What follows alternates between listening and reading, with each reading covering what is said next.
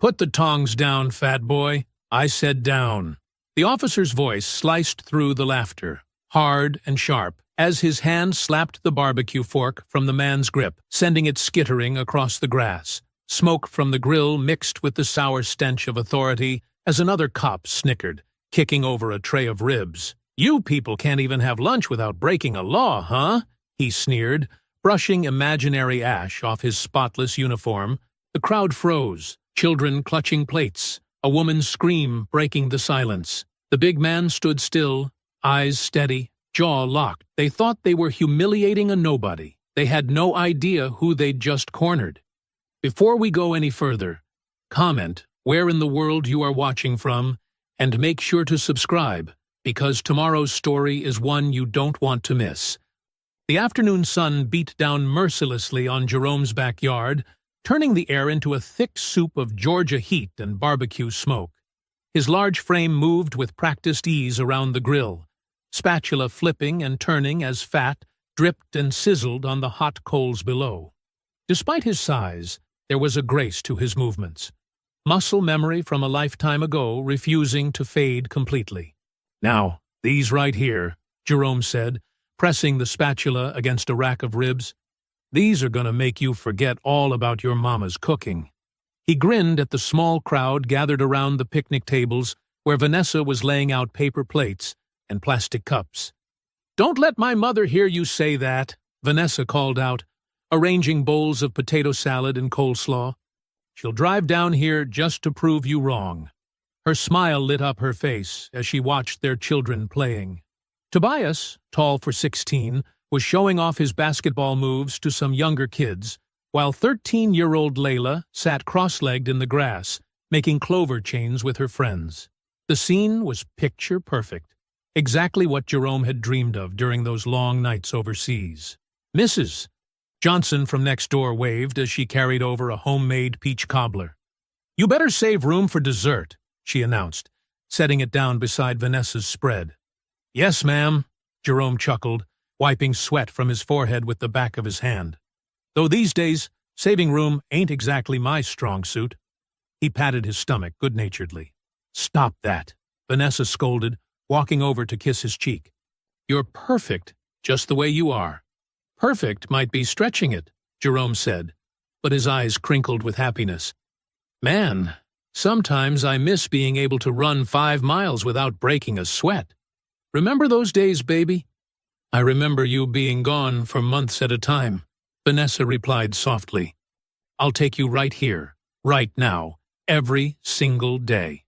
A patrol car rolled slowly past their fence, the officer inside clearly studying their gathering. Jerome's hand paused mid-flip, years of training automatically noting details: car number, time of day, direction of travel. But he pushed the thoughts away. This was a day for family, not paranoia. "Daddy, you're gonna burn the meat!" Layla called out, breaking his concentration. "Your daddy doesn't burn meat," Jerome protested, though he quickly adjusted the ribs to a cooler spot on the grill. "That's just extra flavor developing." "Sure it is," Vanessa teased, bumping him with her hip. "That's what you said about the chicken last month, too." Their neighbors laughed, and Jerome joined in, the tension melting away like ice in the summer heat. Mr. Washington from across the street raised his glass. "To the chef! To the chef!" everyone echoed, and Jerome felt warmth that had nothing to do with the grill or the weather. Tobias jogged over, slightly out of breath from his game. "Those almost ready, Dad?" "I'm starving." 10 more minutes, Jerome promised, basting the ribs with his special sauce. "Good things come to those who wait." "That's not what you used to say," Tobias grinned. "Mom told me about the time you couldn't wait for your wedding cake to be cut and stuck your finger in it when no one was looking." "Your mother," Jerome said with mock severity, "needs to stop telling tales about me." But he was smiling as he said it, watching Vanessa laugh and return to organizing the table. The afternoon light turned golden, casting long shadows across the yard. Someone had brought out a portable speaker, and soft soul music drifted through the air. Kids chased each other around the edges of the gathering, their shouts of joy mixing with adult conversation and laughter. Jerome looked around at his slice of paradise, his beautiful wife, his children, his home, his community. It was everything he'd fought for, everything he'd protected. His body might have changed since his Navy SEAL days, but his heart was fuller than ever. A second police cruiser suddenly pulled up beside the yard, its tires crunching on the gravel. The sound of its sirens chirping once cut through the music like a knife, and conversations died mid-sentence. Jerome watched as two white officers stepped out, their hands resting casually but purposefully on their gun belts. He recognized them both, Sergeant Rick Danner and Officer Mason Holt.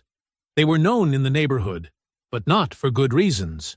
The music stopped abruptly, leaving an uncomfortable silence broken only by the sizzle of the grill and the sudden whispers of concerned neighbors.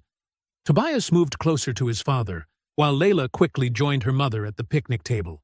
The carefree atmosphere of moments ago evaporated like morning dew under the hot Georgia sun.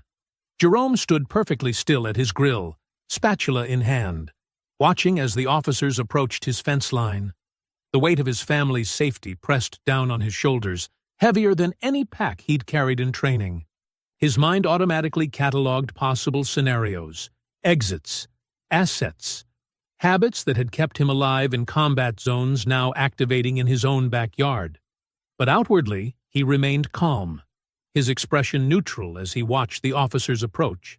The officers' boots crunched on the gravel path as they strode through the open gate, their faces set with practiced authority. Sergeant Danner's eyes swept across the gathering like searchlights, while Officer Holt followed 2 steps behind, his younger face trying to mirror his superior's stern expression. Jerome carefully set down his grilling tongs and moved away from the barbecue. He walked with measured steps to meet them halfway, positioning himself between the officers and his family. His movements were deliberate, non-threatening, but his shoulders were squared, old habits dying hard. "Afternoon, officers," Jerome said evenly. "Is there something I can help you with?" Danner's voice carried across the yard like a bullhorn. "We've got noise complaints from the neighbors, multiple calls about loud music and disturbances." Several guests exchanged confused looks. The music had been barely audible beyond the fence line, and most of their actual neighbors were right there at the party. Vanessa stepped forward, a paper plate loaded with fresh grilled ribs in her hands. Her smile was warm, but her eyes were cautious. "Officers, we're just having a family barbecue. Would you like to join us? There's plenty to go around." Danner's lip curled as he looked at the offered plate. With a quick flick of his wrist, he knocked it from Vanessa's hands, sending ribs scattering across the grass. "We're not here for your food, ma'am." Officer Holt reached up and tapped his body cam, the small red light indicating it was recording. He shifted his weight from foot to foot, eyes darting between Danner and the crowd. "Let me get my ID for you," Jerome said calmly, reaching for his back pocket with slow, telegraphed movements. "This is my home, officers. We have all the proper permits for a gathering this size." "Your home?" Danner's voice dripped with skepticism. He looked around at the well-maintained yard, the nice patio furniture, the new grill. "And how exactly did you manage to afford a place like this?" "Boy." The word hung in the air like poison. Someone in the crowd gasped. Mrs. Johnson covered her mouth with her hand, while Mr. Washington's face darkened with anger. "I own an auto repair shop on Madison Street," Jerome replied, his voice level despite the insult. "Been there 15 years now. Here's my ID." He held out his driver's license. Danner snatched it, making a show of examining it closely. "Jerome Hightower," he read aloud, stretching out each syllable mockingly. "Well, well. And all these people are your friends?" "Family and neighbors," Jerome confirmed. "We do this every summer." Holt's body cam continued recording as he started making notes in a small pad, though his hand trembled slightly. The younger officer seemed less comfortable with the situation, but he made no move to intervene. Whispers rippled through the gathering. Phones appeared in hands, their cameras pointed discreetly toward the confrontation. The children had all gravitated toward the back of the yard, where other adults stood protectively near them. Officers, Jerome said, keeping his voice steady and professional, I understand you're doing your job, but there's been no violation here. I'd appreciate it if you'd please leave my property so we can continue our celebration. Danner took a step closer, invading Jerome's personal space. Despite Jerome's height and bulk, the sergeant seemed to be trying to loom over him. Are you telling me how to do my job? No, sir, Jerome replied. I'm simply requesting. The push came without warning, Danner's hands shooting out to strike Jerome hard in the chest. The force was enough to make Jerome stumble back a step, his shoes scuffing in the dirt. Dad! Tobias's voice rang out as he lurched forward, his teenage face contorted with rage. Jerome's arm shot out to the side, a clear signal for his son to stay back, even as he regained his balance. His jaw clenched tight enough to crack walnuts, but his voice remained controlled. Son, stay where you are. The afternoon sun seemed to grow hotter as Jerome straightened to his full height, his shadow stretching across the ground between him and the officers. The crowd had gone completely silent now, the only sounds the distant chirp of birds and the forgotten sizzle of the grill. Danner's hand rested openly on his holster, his smile more of a sneer as he watched Jerome's reaction. Behind him, Officer Holt's face had gone pale, but his body cam continued to record steadily. Jerome stood perfectly still, his Navy SEAL training screaming through his muscles to react, to move, to neutralize the threat. But he kept his hands visible and his breathing steady, even as his pulse thundered in his ears. This was his home. His family was watching, and he knew one wrong move could turn this already dangerous situation deadly. The tension crackled in the humid air like electricity before a storm. Vanessa had moved closer to Tobias, her hand on their son's shoulder, both restraining and supporting him. Layla pressed against Mrs. Johnson's side, her young face a mask of worry as she watched her father face down the hostile officers. Around the yard, phones continued recording silently, capturing every moment of the confrontation. The afternoon light caught the silver of Danner's badge as he shifted his stance, seeming to wait, almost hope, for Jerome to give him an excuse to escalate further. Jerome remained rooted in place, his expression set like stone as he met Danner's challenging stare. The years of military discipline warred with the instinct to protect his family, leaving him balanced on a knife's edge of control. Jerome brushed the dirt from his shirt with deliberate calm, though his heart hammered against his ribs. The push had been meant to provoke him, to make him react. He'd seen these tactics before. Danner's smirk widened as he watched, while Holt let out a nervous chuckle that echoed across the suddenly silent yard. Something funny, Officer Holt? Jerome asked quietly, his eyes never leaving Danner's face. Shut your mouth, Danner snapped. Nobody gave you permission to speak. Vanessa stepped forward, her hands trembling but her voice steady. This is completely out of line, Sergeant. We know our rights. You can't just... Can't what? Danner's head snapped toward her, his face reddening. Can't do my job? Maybe you should teach your fat husband some manners instead of running that mouth of yours. The backhand came fast, a brutal crack that sent Vanessa stumbling sideways. The sound seemed to freeze time itself. Children screamed. Phones clattered to the ground. Someone shouted for help, but Jerome didn't hear any of it. The world narrowed to crystal clarity, time slowing to a crawl as training took over. His body moved with fluid precision, muscle memory from countless drills surging to the surface. He stepped forward, not charging, but gliding, while Holt was still reaching for his weapon.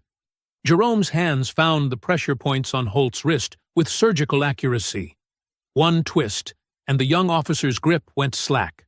The gun clattered to the grass as Holt dropped to his knees, face contorted in shock and pain. What the f... Danner's curse cut off as he lunged forward, baton already swinging. But Jerome had anticipated the move. He shifted his weight, redirecting Danner's momentum. In one smooth motion, he trapped the sergeant's arm in a joint lock that brought the larger man to his toes. That's enough, Jerome said, his voice eerily calm. Don't make me break it. The crowd erupted. Some people screamed. Others shouted encouragement. Phones recorded everything from multiple angles as the two officers, who had arrived so full of authority, found themselves completely neutralized by the man they'd dismissed as just another target. "Dad!" Tobias called out, his voice cracking with a mix of fear and awe. "Stay back," Jerome ordered, never taking his eyes off Danner. The sergeant's face had gone from red to purple, veins standing out on his neck as he tried to struggle against the hold. But Jerome's grip was precision itself, the product of years of training in the art of control rather than destruction. Holt remained on his knees, cradling his wrist and staring up with wide eyes at the scene unfolding before him. His earlier bravado had evaporated, replaced by naked fear, as he realized just how badly they'd miscalculated. "You're under arrest," Danner gasped out between clenched teeth. "No," Jerome replied softly. "I'm defending my family from assault. Every bit of this is on camera. Every word. Every action." He increased the pressure ever so slightly, causing Danner to rise higher on his toes. "How's that backup footage going to look, Sergeant? You assaulting a woman at a family barbecue?" Mrs. Johnson had helped Vanessa to her feet. A bright red mark bloomed across her cheek where Danner had struck her, but her eyes blazed with fury rather than fear now. "I want your badge numbers," she demanded. "Both of you. This ends today." The children had clustered together near the back fence, their young faces a mixture of terror and confusion as they watched the adults in their lives locked in this sudden violence. Layla buried her face in her older brother's shirt, while Tobias held her protectively, his jaw set in a mirror of his father's determination.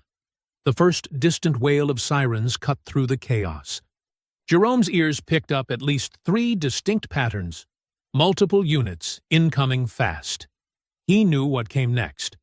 They all did. "Last chance," he said to Danner, whose face had started to take on a worrying shade of blue. "Are we done here?" The sergeant could only manage a choked grunt in response. Jerome released the hold with the same controlled precision he'd applied it, stepping back with his hands raised as Danner collapsed to his knees, gasping for air. The sirens grew louder, accompanied now by the screech of tires on pavement. Jerome stood perfectly still, hands clearly visible above his head, as 3 police cruisers screeched to a halt outside his fence. The backup officers poured out with weapons drawn, shouting orders that overlapped into unintelligible noise. "On the ground!" one finally bellowed clearly. "Face down now!" Jerome complied, lowering himself to the earth with deliberate slowness. The grass was cool against his cheek, the smell of soil filling his nostrils as heavy boots thundered toward him. "Don't hurt him!" Vanessa's voice cut through the chaos. "He was defending me!" "They attacked us first!" The impact came anyway, a knee driving into Jerome's back as rough hands seized his wrists. The cuffs bit deep as they were ratcheted tight enough to bruise. Jerome didn't resist, didn't speak, just kept his face pressed to the ground as they hauled him upright. The sun beat down mercilessly as they dragged him toward the waiting cruiser. Through the commotion, he could hear Vanessa calling his name, her voice breaking with emotion. The peaceful afternoon had shattered into nightmare, leaving broken plates, scattered food, and shocked faces in its wake. Blue and red lights strobed across the manicured lawn, casting eerie shadows that danced across the faces of shocked onlookers. Jerome sat rigid in the back of the police cruiser, blood trickling from a cut above his eyebrow where they'd pressed him into the ground. Through the window he could see Vanessa clutching their children, her arms wrapped protectively around Tobias and Layla as they watched with tear-streaked faces. "This isn't right!" Mrs. Johnson shouted, her voice carrying above the growing crowd. "They attacked him!" We all saw it. The gathering of neighbors pressed closer to the police line, phones held high to capture every moment. Mrs. Lorna Briggs, who lived 3 houses down, stood at the front, her hands steady as she narrated into her phone's camera. "I'm live right now from Cedar Grove." Her voice trembled with anger. "What you're seeing is the aftermath of police brutality against one of our most respected neighbors. They came to a family barbecue. and assaulted a woman in front of her children. "Let him go! Let him go!" The chant started softly, then grew in volume as more voices joined in. Even some of the white neighbors who'd been hesitant to get involved found their voices, the injustice of what they'd witnessed overwhelming their usual caution. Officer Holt climbed into the driver's seat, still nursing his wrist. His face was flushed with embarrassment and barely contained rage. Sergeant Danner barked orders at the backup officers, pointing at the crowd while rubbing his throat where Jerome's hold had nearly choked him out. Jerome caught Vanessa's gaze through the window. Despite the cuffs cutting into his wrists, despite the blood and humiliation, his eyes held steady. In that look passed years of understanding, of trust built through hardship. She nodded almost imperceptibly, knowing what he was trying to tell her. "Stay strong. Protect the kids. I'll handle this." The engine roared to life. As the cruiser pulled away from the curb, phones followed its path, recording until it disappeared around the corner. The crowd's angry shouts faded into the distance, leaving behind a scene of devastation. Overturned chairs, scattered food, a family's peaceful Sunday destroyed in minutes. Hours crawled by like years. Night fell, and Vanessa sat alone at the kitchen table, the house too quiet without Jerome's presence. Her cheek still stung where Danner had struck her. She scrolled through her phone, watching the incident spread across social media like wildfire. Mrs. Briggs's live stream had already hit 2 million views. Justice for Jerome trended nationally. The raw footage showed everything. Danner's aggression, the unprovoked assault on Vanessa, Jerome's controlled response. Comments poured in by the thousands. This is what police brutality looks like. He was protecting his wife. They attacked a family BBQ? This has to stop. But then came the shift. Local news channels picked up the story, but their headlines told a different tale. Ex-military man assaults officers during routine call. The police department's official statement scrolled across the screen. During a response to multiple noise complaints, officers were violently attacked by Jerome Hightower, a former military serviceman. Officer Mason Holt sustained injuries requiring medical attention. The suspect's military training makes him extremely dangerous. Vanessa's hands shook as she watched the narrative twist. They were painting Jerome as unstable, dangerous, erasing the truth that hundreds had witnessed. The department's social media accounts flooded timelines with carefully selected screenshots, showing only the moment Jerome had subdued the officers, cutting out everything that led to it. "No, no, no," she whispered, tears streaming down her face. More headlines appeared. Dangerous ex-SEAL attacks, local police, military training turned against law enforcement, violent veteran, a community at risk. Her phone buzzed with messages from family, friends, church members, all asking if they were okay, all sharing the spreading news stories. Even some who'd been there seemed unsure now, their memories competing with the official narrative being pushed by authorities. "Mom?" Layla's voice came soft from the doorway. She stood in her pajamas, looking smaller than her 13 years. "Why are they lying about Dad?" Vanessa quickly wiped her eyes. "Because sometimes people in power would rather tell lies than admit they did something wrong, baby." "But we have videos. Everyone saw what really happened." "I know, sweetheart. I know." Vanessa pulled her daughter close, breathing in the familiar scent of her hair. "But they're trying to make your father look like a monster." Tobias finished from behind them. He'd been quiet since they'd taken Jerome away, anger simmering beneath his surface. "They're turning him into the monster." Vanessa opened her mouth to respond, but a sharp knock at the front door cut her off. Through the window, she could see camera lights and microphones, reporters already gathering on her lawn like vultures. Another knock, more insistent this time. "Mrs. Hightower, Channel 5 News. We'd like to get your statement about your husband's violent outburst today." Tobias started toward the door, fists clenched, but Vanessa caught his arm. "No," she said firmly. "We do this smart, not angry. That's what your father would want." The knocking continued, accompanied by more voices calling out questions. Vanessa held her children close in the darkened kitchen, her phone still buzzing with notifications as the false narrative spread. Outside, camera flashes lit up the night like lightning, demanding answers she wasn't ready to give. Dawn crept through the drawn curtains of the Hightower home, casting weak shadows across the living room floor, where Vanessa had spent a restless night on the couch. The constant flash of cameras and murmur of voices outside had made sleep impossible. Tobias and Layla had finally dozed off around 3 a.m, exhausted from crying and worry. A sharp knock startled Vanessa from her daze. She approached the front door cautiously, peeking through the peephole. The front lawn had transformed into a media circus overnight. At least 20 reporters crowded the porch, microphones and cameras at the ready. Taking a deep breath, Vanessa opened the door a crack. The response was immediate and overwhelming. "Mrs. Hightower, is your husband mentally stable? Did his military service make him violent? How long has he shown aggressive tendencies? What about the officers he injured?" Camera flashes exploded in her face. Microphones thrust forward like weapons. Vanessa slammed the door shut, her heart pounding. The knocking resumed immediately, more insistent than before. With trembling hands, she pulled out her phone and scrolled through her contacts. She stopped at David Reese's number. The civil rights attorney had helped their church with legal matters before, and Jerome always spoke highly of his integrity. More importantly, he understood what it meant to fight against a system designed to crush you. "David, it's Vanessa Hightower. We need your help." Reese's voice came back steady and professional.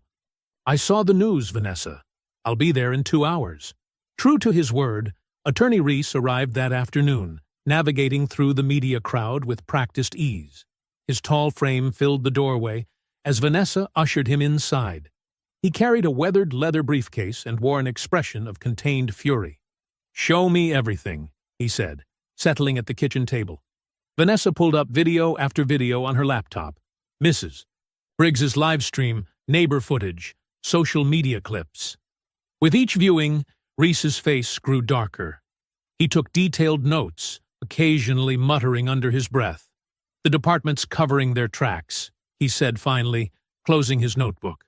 "They're trying to control the narrative before the truth can spread further." Classic playbook. Paint the victim as the aggressor, especially when the victim is a black man who can defend himself. "But we have all this footage," Layla protested from where she sat listening. "Everyone saw what really happened." Reese smiled sadly. "Sometimes the truth isn't enough, sweetheart. We need to prove they're lying, not just show what happened." Meanwhile, across town, Jerome sat alone in a holding cell. The concrete bench offered no comfort, but his military training had taught him how to endure discomfort. He'd been here nearly 24 hours, given only water and a stale sandwich. His requests to call his family had been denied. The cell door clanged open. Captain Brenda Ames walked in, her uniform pressed perfect, her face a mask of professional concern. Another officer followed with a chair for her. "Mr. Hightower," she said, sitting down, "I hope you've had time to reflect on your actions." Jerome met her gaze steadily. "I've reflected on a lot of things, Captain, like why your officers assaulted my wife at a family barbecue." Ames sighed, as if disappointed. "We've reviewed Officer Holt's body cam footage. Unfortunately, it's rather inconclusive. Technical issues, you understand. These things happen." Jerome's jaw tightened. "They'd deleted it." "Of course they had. But I'm here to help you," Ames continued, leaning forward. "You have an impressive military record. It would be a shame to see that tarnished. If you plead guilty to assaulting an officer, we can make this go away. Probation? Maybe some anger management classes? No prison time. You want me to confess to a crime I didn't commit? I want to help you avoid making this situation worse." Ames's tone turned icy. "Think about your family, Mr. Hightower. Your children. Your wife's career as a teacher. This could follow all of you for years." Jerome sat perfectly still, his voice quiet but firm. No deal. Ames stood, brushing invisible dust from her uniform. Then we'll bury you. By the time we're done, no one will believe a word you say. You'll be just another angry black man who couldn't control himself. She paused at the door. Last chance. Get out of my cell. That night, Jerome's mugshot appeared on national television. The photo had been carefully chosen, an angle that made him look menacing, his expression stern. The headline beneath read, "Aggressive ex-soldier attacks officers." The news anchor's voice droned on. Sources within the department described Jerome Hightower as unstable and dangerous. His military training as a Navy SEAL makes him a significant threat to public safety. The officers involved are recovering from their injuries. In his cell, Jerome sat motionless, staring at the bare concrete wall. His body ached from the hard bench, but he barely noticed. His mind was clear, focused. They thought they could break him with lies and threats. They thought his size, his color, his past made him an easy target. They had no idea who they were dealing with. This wasn't the first time he'd faced impossible odds. It wouldn't be the first time he'd overcome them. The fluorescent lights buzzed overhead, casting harsh shadows. Jerome remained still, his breathing steady. Not broken, not even close. Just awakening to the real fight ahead. 2 days crawled by like an eternity. Vanessa stood in the kitchen, watching Tobias and Layla pick at their breakfast. Dark circles marked their eyes. None of them had slept well since Jerome's arrest. Outside, news vans lined the street. Their satellite dishes pointed skyward like vultures circling prey. "Time for school," Vanessa announced, trying to sound normal. Her voice cracked slightly. Tobias looked up from his untouched cereal. "Mom, maybe we should stay home again." "No, baby. We can't hide forever." Vanessa grabbed her purse and car keys. "Education matters. Your father would want you in school." They walked to the car through a gauntlet of reporters. Camera flashes burst like lightning. Microphones thrust toward them. Vanessa kept her children close, heads down, moving quickly. "Mrs. Hightower, how do you respond to allegations that your husband— is it true that he threatened— has he shown violent tendencies at home?" Vanessa slammed the car door, shutting out their voices. Her hands trembled as she started the engine. In the rearview mirror, she saw Layla wiping tears. "It's okay, sweetie," she said softly. "They can't hurt us." The drive started normally enough. Vanessa took their usual route, passing familiar landmarks, the corner store, the Baptist church, Mrs. Wilson watering her roses. But 3 blocks in, she noticed a dark sedan behind them. No markings, tinted windows. When she turned left, it followed. Right turn, still there. Her heart rate quickened. She made an unnecessary loop around the block. The sedan stayed with them, maintaining a steady distance, not even trying to be subtle. "Mom," Tobias had noticed too. "That car—" "I see it, baby. Just stay calm." She dropped Layla off first at the elementary school, then Tobias at the high school. The sedan remained, watching. Only after she confirmed both children were safely inside did she head home, her knuckles white on the steering wheel. The unmarked car finally peeled away near their neighborhood. Vanessa released a shaky breath she hadn't realized she was holding. The day dragged on endlessly. She called the school twice to check on the kids. She paced.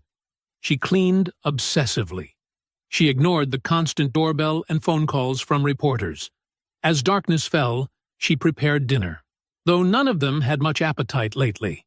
The brick came crashing through the front window at 9:47 p.m. The sound of shattering glass filled the house. Layla screamed. Tobias jumped up from the couch. Vanessa rushed to the window, heart pounding. Glass crunched under her feet as she found the brick wrapped in paper, secured with a rubber band. Her hands shook as she unfolded the note. The message was typed, anonymous. "Drop the case or lose everything." Tobias read it over her shoulder. "Mom, go upstairs with your sister," Vanessa ordered, already dialing Attorney Reese's number. Lock the bedroom door. Now. Reese answered on the first ring. Vanessa? What's wrong? She told him everything. The following car, the brick, the threat. Her voice remained steady, but tears streamed down her face. I'm filing for an emergency restraining order first thing tomorrow, Reese said firmly. We'll also document this harassment. They're getting desperate. That's good for us, bad for them. Are you safe right now? Yes, but I'm sending a private security team. They'll be there in 30 minutes. Don't call the police. While waiting for security, Vanessa watched coverage of Jerome's bail hearing. The courthouse steps were packed with protesters holding signs, Justice for Hightower and Stop Police Violence. But inside, the system ground on mechanically.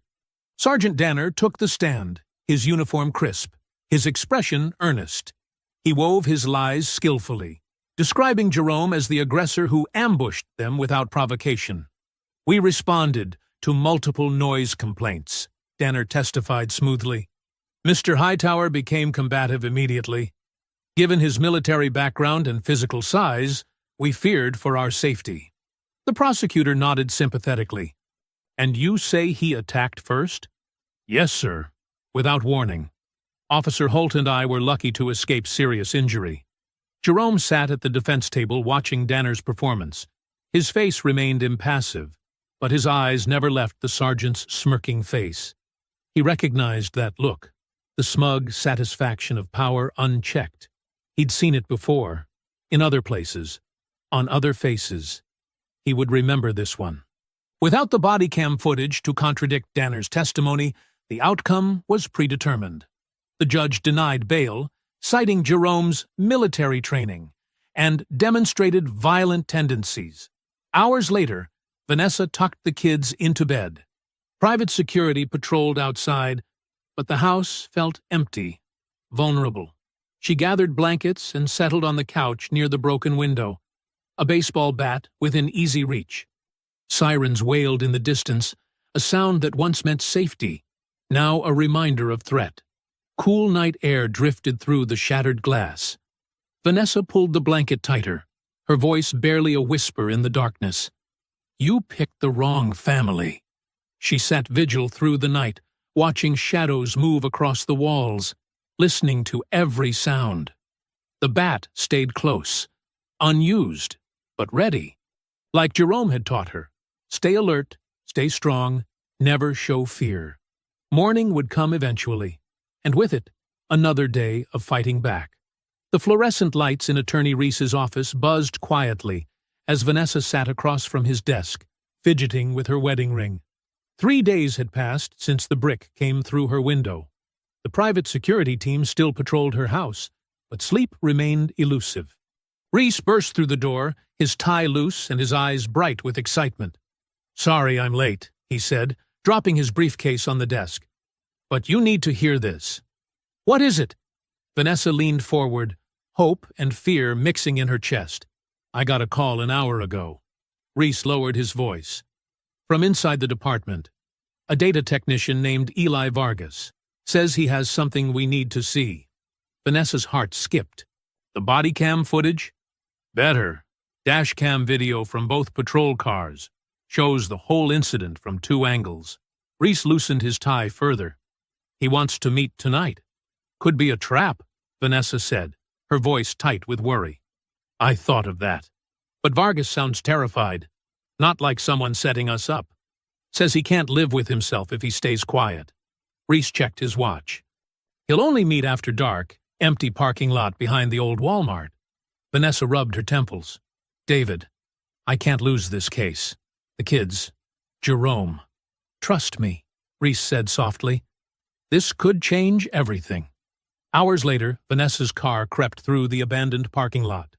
Reese sat beside her, scanning the shadows. A single streetlight cast an orange glow over cracked pavement and scattered trash. The place had been dead since the store closed 2 years ago. There, Reese pointed to a beaten-up Honda Civic parked near the building's back wall. A slim figure stood beside it, constantly looking over his shoulder. Vanessa parked several spaces away. Stay here, Reese told her. Keep the engine running. She watched him approach the nervous man, Even from this distance, she could see Eli Vargas trembling. He wore khakis and a wrinkled dress shirt, looking nothing like the corrupt cops who'd arrested Jerome. Just a scared young man trying to do the right thing. The meeting lasted less than 2 minutes. A quick exchange of words, a USB drive passing from hand to hand, then Vargas practically ran back to his car. Before leaving, he rolled down his window and called out to Reese, "If they find out I gave you this, I'm done. My career may be worse." Reese hurried back to Vanessa's car as the Honda's taillights disappeared into the night. "Let's go. We need to see what's on this."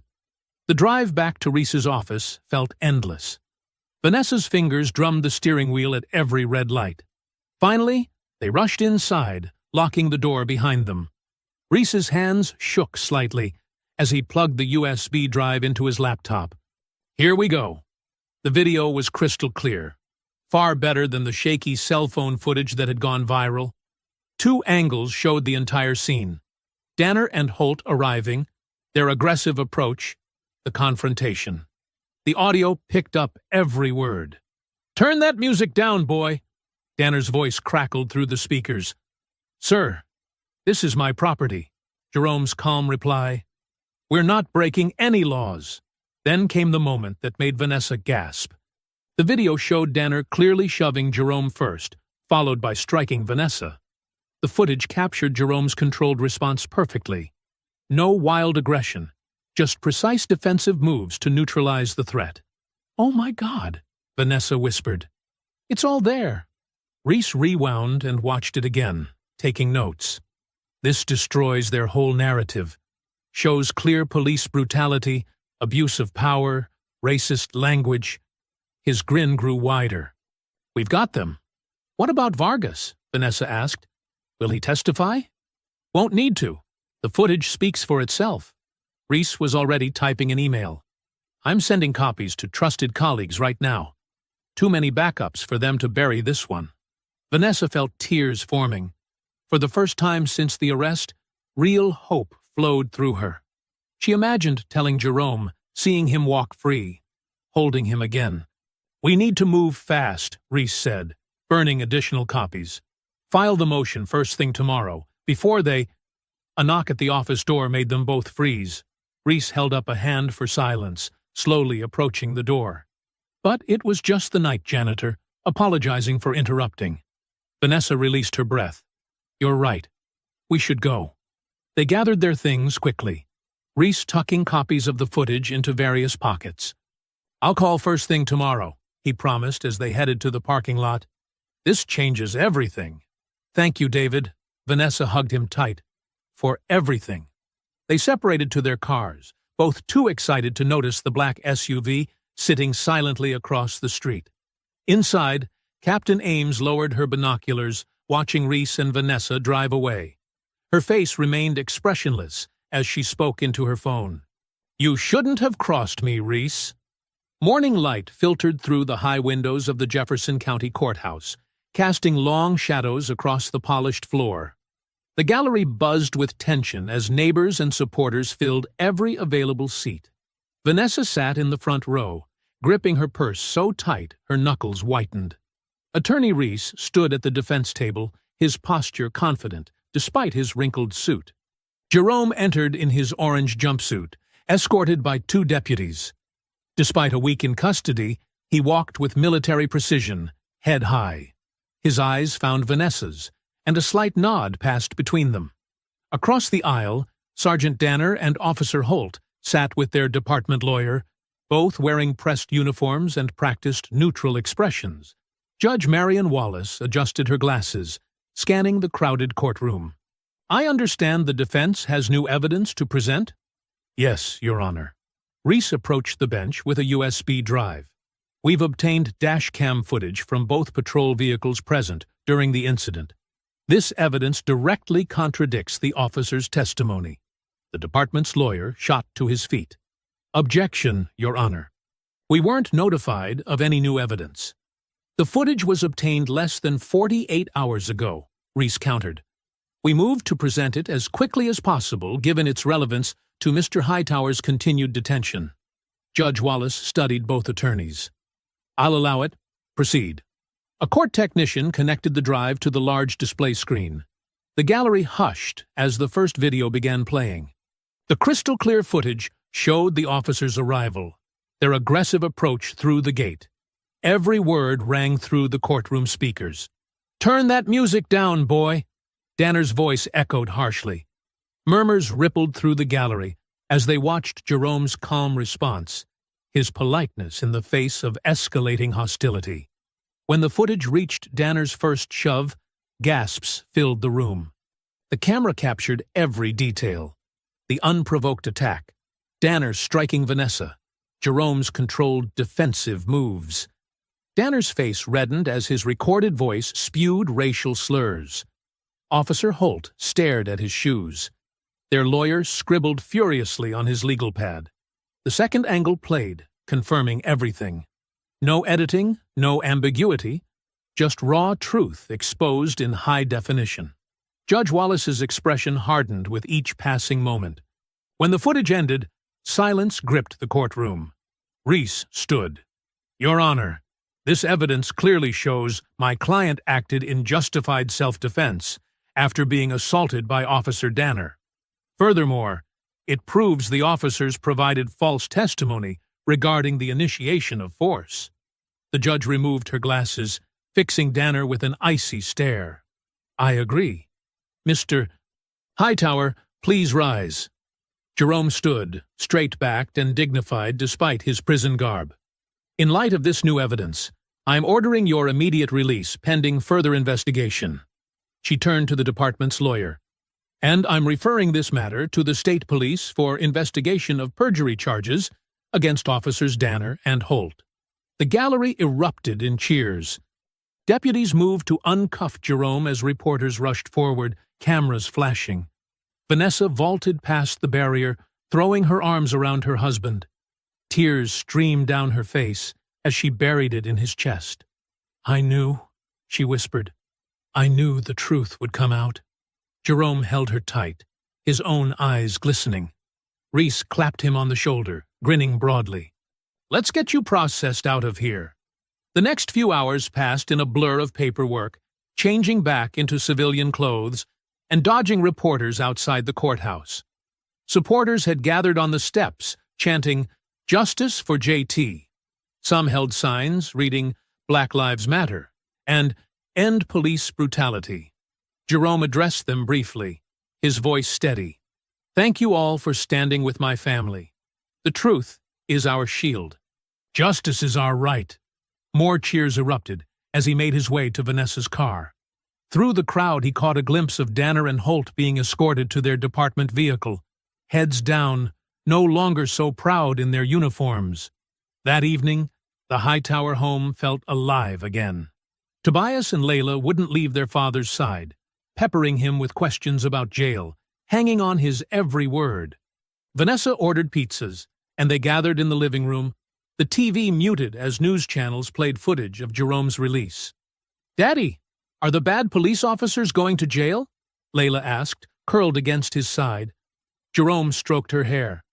"I don't know, baby. But they can't hurt us anymore." "We should celebrate properly," Vanessa said, bringing in paper plates. "Have another barbecue this weekend." "Maybe something smaller this time," Jerome chuckled, reaching for a slice of pizza. For the first time in days, real laughter filled the room. They traded stories, made plans, remembered how to be a family again. Later, as the kids cleared plates, Jerome pulled Vanessa close on the couch. "We're almost free," he whispered, kissing her forehead. Outside in the gathering dusk, crickets chirped their evening song. A black SUV sat silently across the street, its tinted windows reflecting the last rays of sunset. Inside the vehicle, orange light flickered briefly, the spark of a lighter igniting in the darkness. A distant car alarm pulled Vanessa from her sleep. Something felt wrong. The air tasted bitter, and her throat burned with each breath. She blinked in the darkness, trying to clear her foggy mind. Then she saw it, wisps of gray smoke seeping under their bedroom door like ghostly fingers reaching for her. The acrid smell hit her full force now. Fire. Jerome! She shook her husband awake. Wake up! Fire! Jerome snapped to consciousness instantly, military training kicking in. The smoke was thickening rapidly, and an orange glow flickered through the gap beneath the door. Heat radiated through the wood. Get the kids! Jerome commanded, already moving. He grabbed a shirt from the floor, pressing it over his face. Vanessa rushed to Layla's room while Jerome headed for Tobias. The smoke was worse in the hallway, making her eyes water. She could hear the hungry crackle of flames downstairs. Mama? Layla's frightened voice called out as Vanessa burst in. Come on, baby. We have to go right now. She scooped up her daughter, wrapping her in a blanket. In the hallway, Jerome emerged with Tobias, who was coughing violently. The stairs were already becoming obscured by thick smoke. Somewhere below, glass shattered from the heat. Back door through the kitchen! Jerome shouted over the roar of the flames. He took point, keeping his family behind him as they descended the stairs crouching low. The heat was intense, sweat immediately soaking through their clothes. The living room was an inferno. Fire consumed the curtains, racing up the walls and across the ceiling. Family photos curled and blackened in their frames. The couch where they'd sat, celebrating just hours ago, was now engulfed in flames. They made it to the kitchen, staying low beneath the smoke. Jerome reached for the back door handle, but yanked his hand back. The metal was scorching hot. He grabbed a dish towel to turn it. Go! Go! Go! He urged, as Vanessa and the kids stumbled out into the cool night air. That's when he saw it, the propane tank by the grill. The flames were spreading toward it. Run! Jerome bellowed, shoving his family forward. They sprinted across the wet grass just as a deafening explosion rocked the neighborhood. The force knocked them off their feet. Heat washed over them in a massive wave as the tank detonated, sending burning debris into the sky.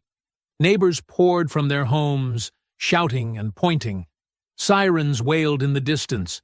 The Hightowers huddled together on their lawn, watching helplessly as their home became a raging inferno. Layla sobbed into her mother's chest, while Tobias stood rigid, fists clenched. Mrs. Briggs from next door rushed over with blankets, wrapping them around the family's shoulders. Other neighbors brought water, chairs, offered their homes. The community rallied around them as fire trucks screamed onto their street. David Reese's car screeched to a halt at the curb 30 minutes later. The attorney looked disheveled, clearly having rushed over in his pajamas. His face was a mask of fury as he took in the scene. This was them, he growled, joining Jerome, who stood apart from the others, watching the firefighters battle the blaze. This is how they operate: intimidation, destruction, fear. Jerome said nothing, his expression unreadable as he watched his home burn. The flames reflected in his eyes, dancing like vengeful spirits. Hours later, as the fire finally died down, investigators picked through the smoking ruins. The fire chief approached with his preliminary report. Looks like an accidental gas leak, he said, not quite meeting their eyes. These old houses. Sometimes the lines just go bad. Jerome waited until the chief walked away, before stepping carefully through the debris of what had been his living room. His trained eye caught what others missed: the remains of a broken bottle, the distinct smell of accelerant beneath the smoke. Molotov cocktail, he said quietly, as Reese joined him. They came to silence us, tried to burn us alive in our beds. Vanessa appeared at his side, her face streaked with soot, but her eyes blazing. She squeezed his hand hard. The fear that had gripped her during their escape had transformed into something harder, sharper. We're not running, she said firmly. This is our home, our community. Neighbors were already organizing, offering spare rooms, clothes, necessities. Mrs. Briggs announced she'd start a GoFundMe. Others promised to help clean up, to rebuild. The sun began to rise, painting the smoke-filled sky in shades of purple and orange. Jerome stood amid the ruins of his home, steam still rising from the charred timbers. Everything they owned was gone: photos, memories, treasured possessions. But his family was alive. And now he had nothing left to lose. "No more running," he said, his voice carrying across the debris-strewn yard. "They wanted a fight. I'll give them one." Reese nodded grimly beside him. Vanessa held Tobias and Layla close, their faces set with the same determination. Around them, neighbors gathered, phones recording, voices raised in anger and support. The smoke rose into the dawn sky like a signal, a declaration of war. The morning sun cast long shadows through the windows of Reese's guest house. Jerome sat on the edge of the bed, watching his family sleep huddled together on the pull-out couch. Their clothes still smelled of smoke. Dark circles marked their eyes, evidence of the nightmare they'd survived. He slipped out quietly, grabbing his car keys. In the driveway, he popped the trunk and moved aside the spare tire, revealing a hidden compartment. Inside sat a heavy metal chest, untouched for years. The lock clicked open under his thumbprint. The lid creaked as he lifted it. Memories flooded back, the weight of responsibility, the brotherhood, the precise violence of his former life. His weathered Navy SEAL insignia lay on top, gold trident still gleaming. Beneath it, wrapped in oiled cloth, his combat knife waited.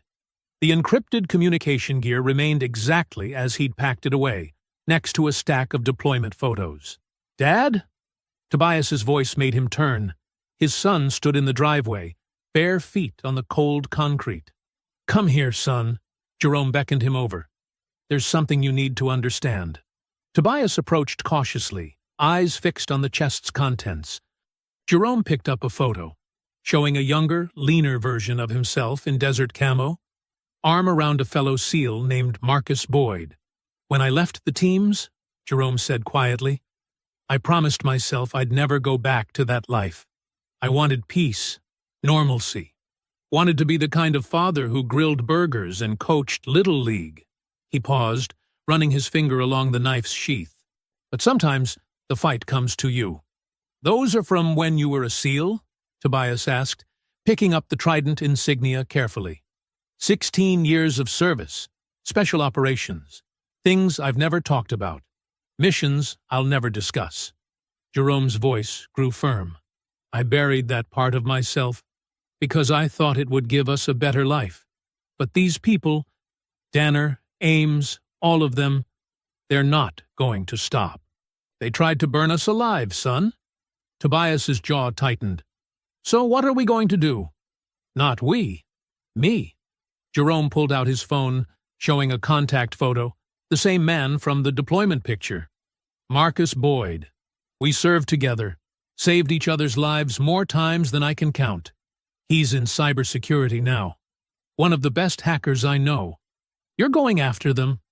Tobias's eyes widened. They deleted evidence, buried complaints, terrorized families. All of it's in their servers somewhere. Jerome began checking the comm gear, muscle memory taking over. "Marcus can find it. Attorney Reese will handle the legal side, make sure everything we uncover is admissible in court." "But that's dangerous, right? Breaking into police computers?" Jerome looked his son in the eyes. "Everything worth fighting for is dangerous. But I trained for years to handle exactly this kind of mission. Gathering intelligence, exposing corruption, protecting the innocent. They thought they were targeting some weak civilian. They didn't know they were waking up a warrior." Inside, Reese was already up, making coffee. He nodded gravely as Jerome laid out the plan. "I'll file the official complaints, handle the press, keep everything appearing legitimate on the surface." Jerome's phone buzzed. Marcus responding to his message. A simple reply. "On my way. Like old times, brother." The morning passed in careful preparation. Jerome cleaned his gear while Reese made calls. Vanessa helped Layla sort through donated clothes, while Tobias watched his father work, asking careful questions about his service years. "Why didn't you ever tell us?" Tobias finally asked. "About what you really did?" Jerome paused in his work. "Because I wanted you to grow up believing in peace, believing that violence wasn't the answer." He sighed heavily. "But sometimes, son, peace isn't an option. Sometimes you have to fight back. Not with blind rage, but with precision, with purpose. By afternoon, Marcus arrived, tall, lean, carrying several laptops and monitoring equipment. The two men embraced like brothers. "Heard you needed some technical support," Marcus said, eyes hard. "Nobody burns my brother's house down." They converted Reese's home office into a command center. Marcus began setting up surveillance equipment while explaining the digital aspect of their mission. "Police servers are protected, but they're not NSA level. We find the gaps, extract the evidence, compile it all. Clean," Jerome added. "Everything has to be clean. No traces back to us." "Just like Kandahar," Marcus nodded. "Remember? The intel extraction? Different enemy. Same principles." As evening approached, Jerome stood in the guest bathroom, staring at his reflection. He pulled on tactical gloves, feeling the familiar grip. His body had changed over the years, softer, heavier, but his eyes held the same focused intensity from his service days. "You tried to erase a soldier," he whispered to his reflection. "Now you've got a war." His phone glowed on the counter, displaying Marcus's message. "Systems ready. Operation is go." Jerome studied himself one final time. The man in the mirror wasn't the same person who'd grilled ribs in his backyard days ago. That man had died in the flames with his house. What emerged was something older, harder. A warrior reborn from the ashes of his former life. The phone's glow cast shadows across his face, highlighting the resolve in his expression. Years of training, combat experience, and tactical knowledge surged through his mind.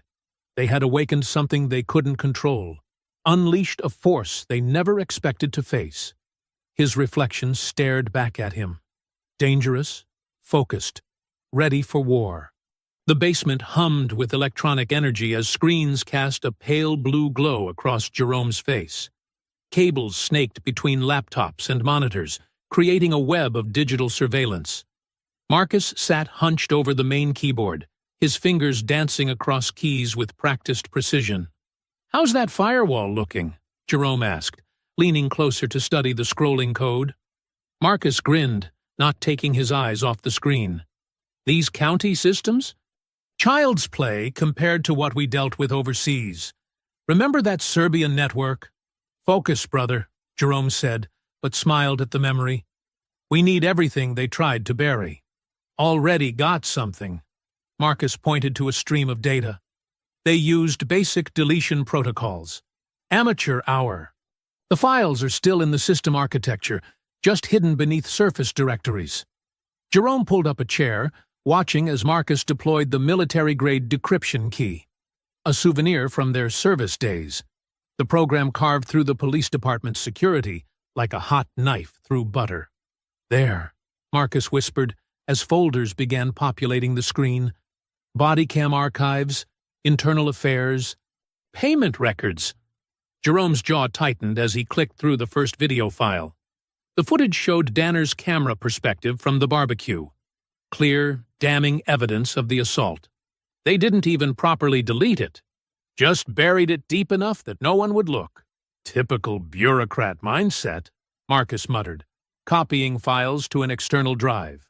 "They think hiding something is the same as destroying it." They worked methodically through the night, uncovering layer after layer of corruption. Complaint records stretched back years. Dozens of families targeted, evidence suppressed, witnesses intimidated. Payment logs showed suspicious transfers to officers involved in misconduct cases. "Look at this," Jerome said, opening an audio file. Captain Ames's voice filled the basement, crisp and cold. "Keep that neighborhood quiet, Danner. I don't care how you do it. These people need to learn their place. If anyone gives you trouble, handle it. The department will back you up." Marcus whistled low. "That's your smoking gun right there." "There's more." Jerome played another clip. A phone call between Ames and the police union representative, discussing how to lose the body cam footage from the barbecue incident. Footsteps creaked on the stairs.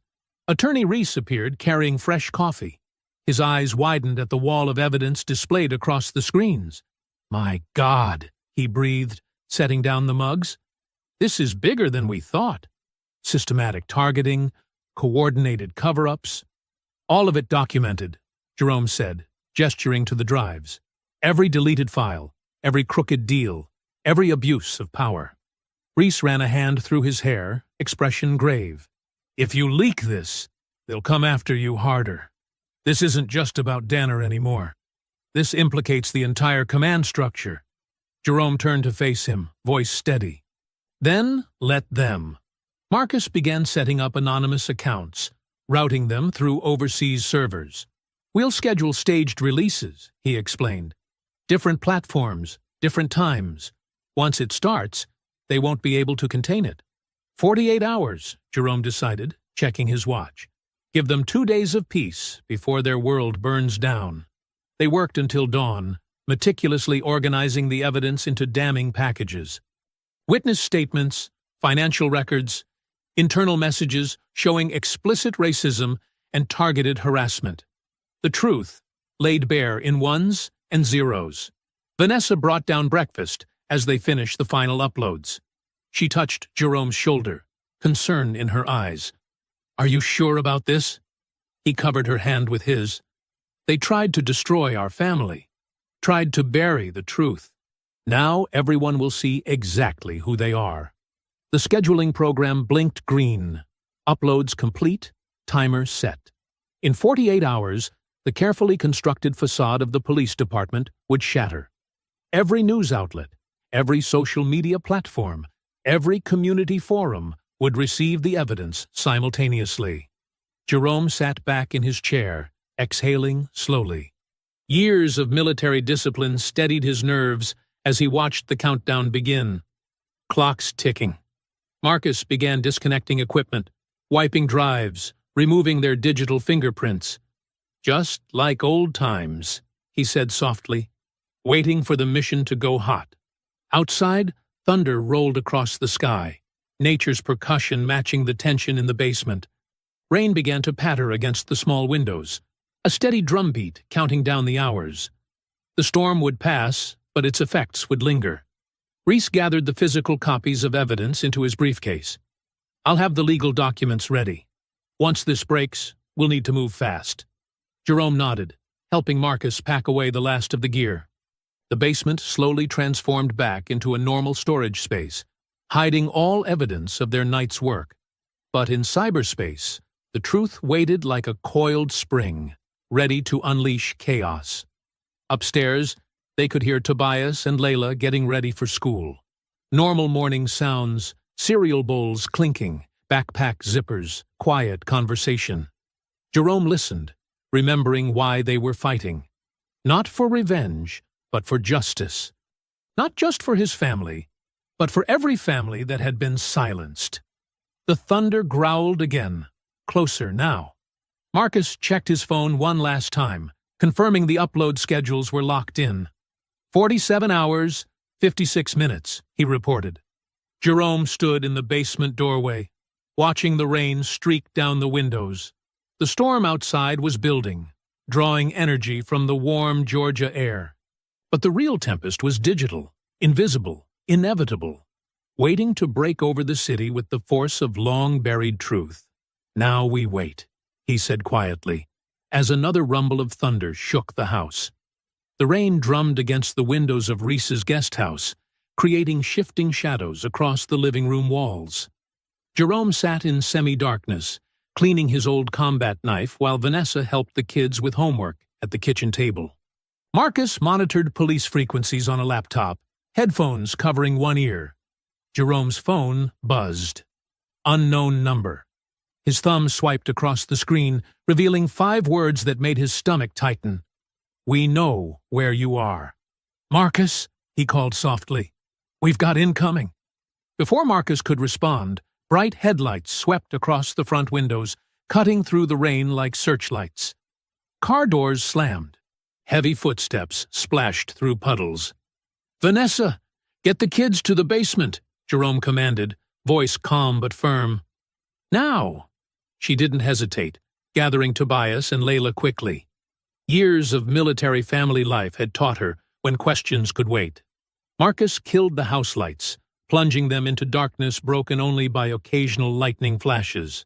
Through rain-streaked glass, Jerome counted 4 figures approaching. Danner's bulk unmistakable even in shadow. Holt's nervous energy evident in his movement. 2 other officers flanked them, hands already on their weapons. "Back door," Jerome whispered to Marcus. "Like Kandahar."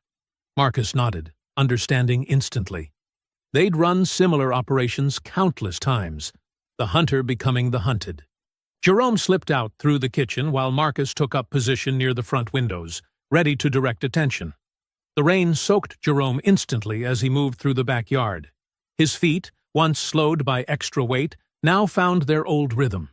Each step was calculated, silent, despite the mud.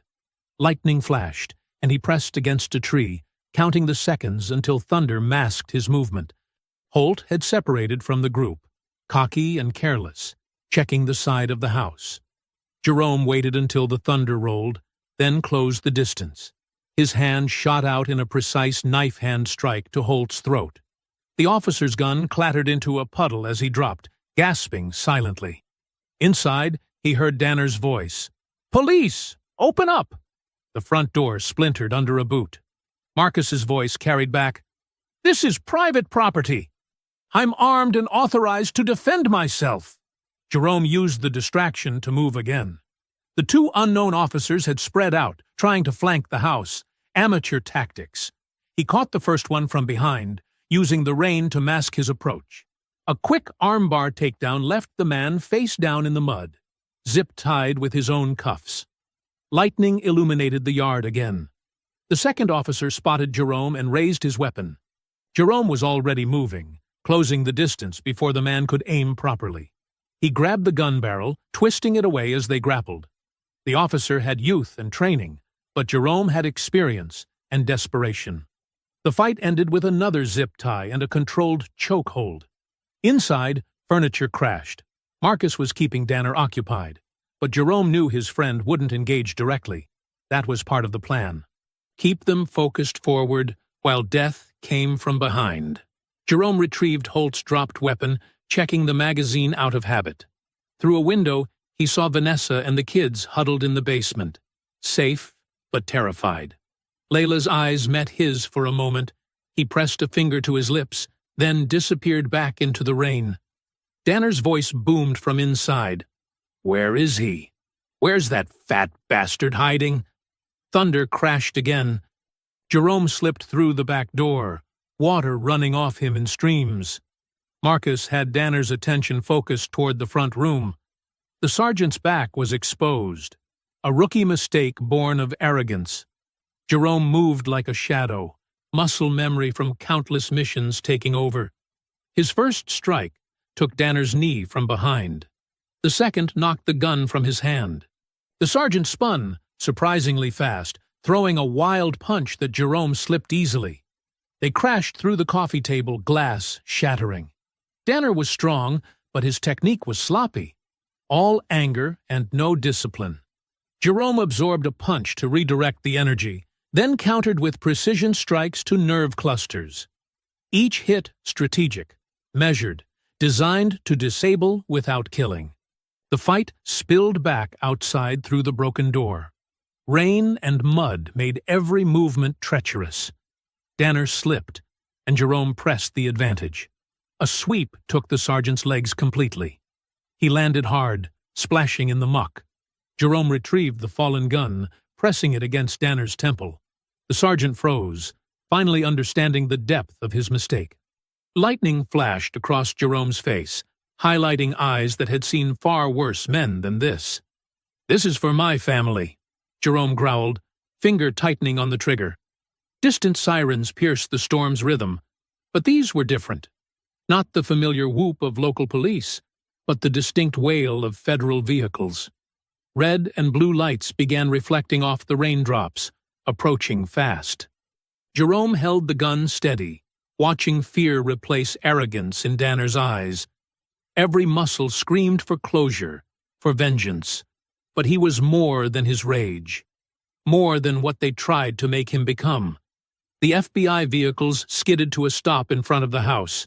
agents pouring out with weapons drawn. Jerome slowly lowered the gun, stepping back from Danner's mud-covered form. Real justice had arrived. Not the corrupt facade Danner hid behind, but the true force of law. Rain continued to pour, washing mud from both men. In the distance, thunder rolled once more, nature's final punctuation to the night's violence. The first hints of dawn crept over the horizon, painting the rain-soaked scene in pale gray light. FBI vehicles surrounded Reese's property, their emergency lights cutting through the lingering darkness in rhythmic pulses of red and blue. Agents in windbreakers marked FBI moved with practiced efficiency, securing the area and collecting evidence. Danner struggled against two agents as they pushed him toward a waiting vehicle, his once pristine uniform now caked with mud. "This is a setup," he shouted, his voice cracking with desperation. "You can't do this to me. I'm a police sergeant." A few yards away, Holt sat on the wet ground, handcuffed and defeated. His earlier bravado had evaporated, replaced by the terrified expression of someone watching their world collapse. "It was Ames," he blurted out, trying to save himself. "Captain Ames gave the orders. She told us which families to target." Jerome stood on the front porch with Vanessa and the kids, watching the scene unfold. An FBI agent in a suit approached them, tablet in hand. "Mr. Hightower," she said, "I'm Special Agent Sarah Torres. Your data leak hit every major news outlet about 3 hours ago. The evidence is overwhelming." She turned the tablet toward them, showing news headlines scrolling across the screen. "Police Department corruption exposed. Captain orders targeted harassment of minority families. Systemic abuse uncovered in Georgia PD." The audio recordings were particularly damning, Torres continued. "We have Captain Ames on tape ordering officers to make examples of specific families, authorizing illegal surveillance, and coordinating cover-ups of misconduct. The paper trail of bribes and deleted evidence goes back years." Reese emerged from his house, still wearing yesterday's rumpled suit but grinning broadly. "The U.S. Attorney's Office just called," he announced. "All charges against you are being dropped, Jerome. They're formally apologizing for the wrongful arrest and offering immediate compensation." Vanessa wrapped her arms around Jerome's waist, pressing her face against his chest. "You did it," she whispered, voice thick with emotion. "You really did it." Jerome shook his head gently. "No," he corrected her softly. "We did it. All of us. You stayed strong, the kids stayed brave, and our community stood together." Tobias and Layla hugged their parents, forming a tight family circle as more police vehicles arrived. These carried internal affairs investigators, come to collect computers and files from the precinct. Marcus emerged from the basement carrying his laptop. "You guys need to see this," he said, turning on the local news. The screen showed live helicopter footage of the police headquarters, where Captain Ames was being led out in handcuffs.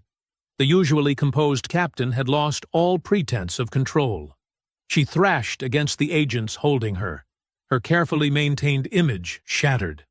"This is a witch hunt!" she screamed, as reporters thrust microphones toward her.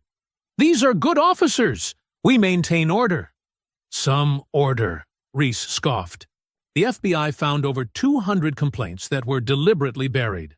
Families harassed, evidence planted, witnesses intimidated. They're saying this could be one of the largest police corruption cases in state history. More agents approached with evidence bags containing the weapons taken from Danner and his team. "We'll need statements from all of you," Torres said. "The attempted assault tonight will be added to their charges. Witness intimidation, attempted breaking and entering, illegal use of police resources." The list went on as the sky continued to lighten. Neighbors had begun gathering at the edge of the property, held back by yellow crime scene tape. Many were families who had suffered similar harassment, now watching justice finally arrive. Mrs. Briggs, who had live-streamed the original barbecue incident, was already recording again. This time, her commentary was triumphant. "They thought they could break us. They thought they could silence us, but look who's in handcuffs now. The crowd cheered as another FBI van arrived. 2 agents emerged, escorting Officer Vargas, the young cop who had leaked the initial dashcam footage. He nodded respectfully toward Jerome before being led inside to give his statement. He came forward officially an hour ago, Torres explained. Turned over everything he knew about the department's illegal operations. He's being granted immunity in exchange for his testimony. Jerome watched as more officers were brought in for questioning. Some looked defiant, others broken, but all wore the same expression of men and women whose untouchable status had suddenly vanished. Holt was helped to his feet and led toward a different vehicle. He stopped briefly, looking back at Jerome with a mix of fear and something like reluctant respect. "I never knew," he muttered. "Never knew what you really were." "That was the point," Jerome replied calmly. "You saw what you wanted to see. You never looked deeper." The morning sun finally broke through the clouds as Danner was guided toward the last FBI van. He twisted around, catching Jerome's eyes one final time. The hatred was gone from his face, replaced by something Jerome had seen before in others who had underestimated him. Pure, primal fear. The recognition that they had awakened something far more dangerous than they could handle.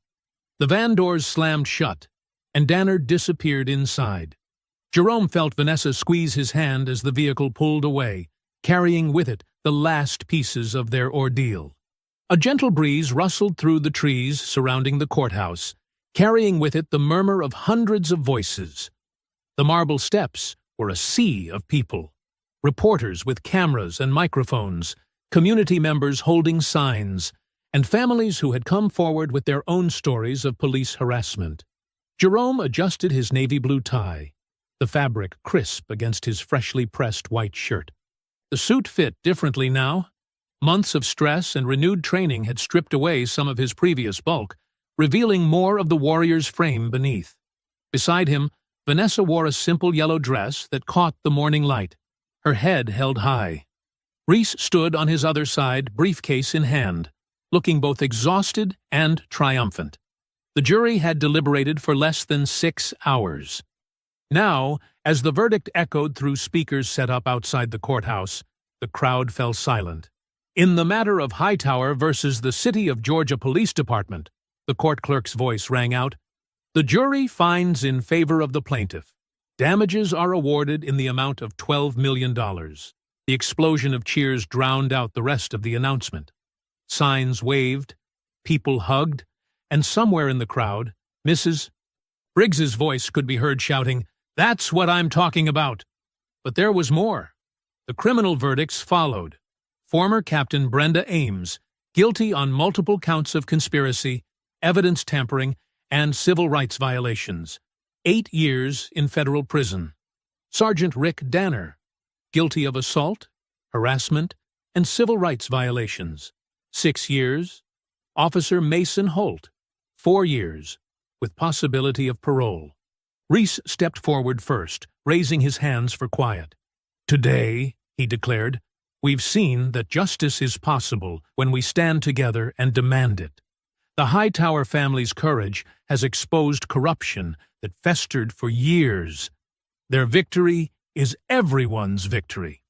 Reporters thrust microphones forward, questions overlapping. "Mr. Hightower, how does it feel? Will you rebuild your home? What message do you have for other departments?"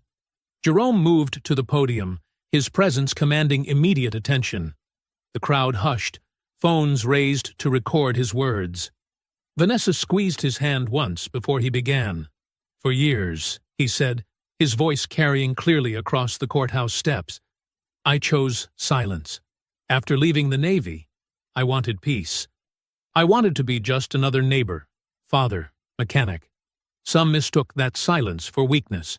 He paused, letting the words sink in. "But silence was my teacher.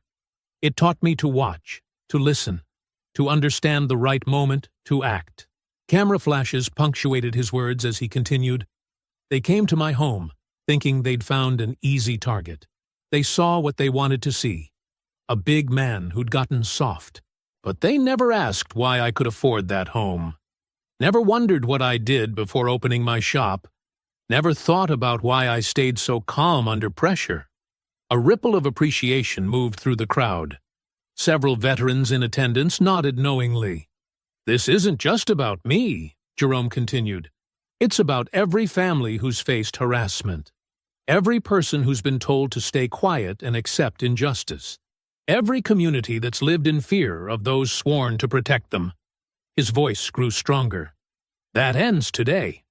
We've shown that no badge puts you above the law.